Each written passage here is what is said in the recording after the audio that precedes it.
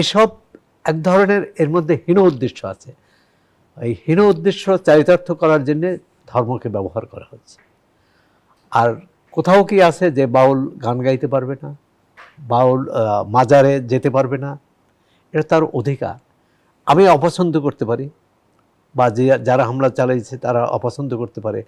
কথা হচ্ছে এমনকি সেখানে যদি অপরাধমূলক কোনো কর্মকাণ্ড ঘটে থাকে যা তাদের দাবি, সেটা তো অভিযান চালানোর বা সেটা বন্ধ করার দায়িত্ব তাকে কেউ দেয়নি।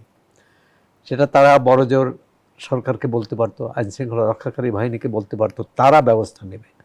এখন সরকারের ভূমিকায় যদি কোনো রাজনৈতিক দল অবতীর্ণ হয়, তখন তো সন্দেহ করার যথেষ্ট কারণ আছে তারা সরকারকে মানে কিনা, তারা নিজেরাই সরকার হয়ে উঠতে চায় কিনা।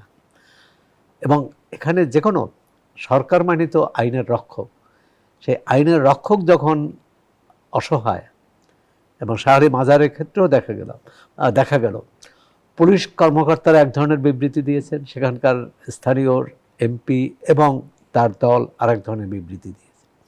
কথা হচ্ছে তারা কিন্তু যে কাজটি হয়েছে তার দায়িত্ব স্বীকার করতে পারছে না, এবং এর অর্থ হচ্ছে এই কাজটি যে খারাপ গর্হিত সেটা স্বীকার করেছে। এখন কে করেছে? পুলিশ অভিযান চালালে তো সেখানে দলের কোনো ভূমিকা থাকার কথা না, কোনো দলকে নিয়ে তো অভিযান চালানোর কথা না। এই ধরনের প্রবণতা কিন্তু আমরা অন্য ক্ষেত্রে আওয়ামী লীগ সরকারের সময় দেখেছি, যে বিরোধী দলের নেতা কর্মী কাউকে ছাত্রলীগের বা আওয়ামী লীগের নেতা কর্মী তাকে ধরিয়ে পুলিশে দিয়েছে। এবং অন্তর্বর্তী সরকারের সময়ও আবার এর উল্টো ঘটনা ঘটছে। ছাত্রলীগ, আওয়ামী লীগ, যুবলীগ যে কোনো নামে, যেটি রিলেশন প্রিন্স দুটি উদাহরণ দিলেন, যে যাকেই পছন্দ হবে না, যাকে আমার দলের মনে করব না, আমার বিপক্ষের মনে করব, তাকে শাস্তি দিতে হবে, এবং সেই শাস্তি দেওয়ার জন্য আইন নিজের হাতে তুলে নিতে হবে।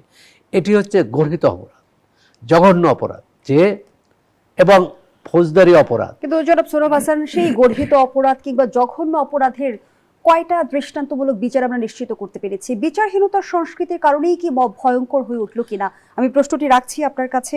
বিরতির পর ফিরছি।